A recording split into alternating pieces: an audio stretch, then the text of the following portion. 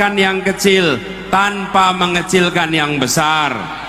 Kita akan menguatkan yang lemah tanpa melemahkan yang kuat. Kita ingin negeri ini menjadi negeri yang adil, negeri yang makmur untuk semua.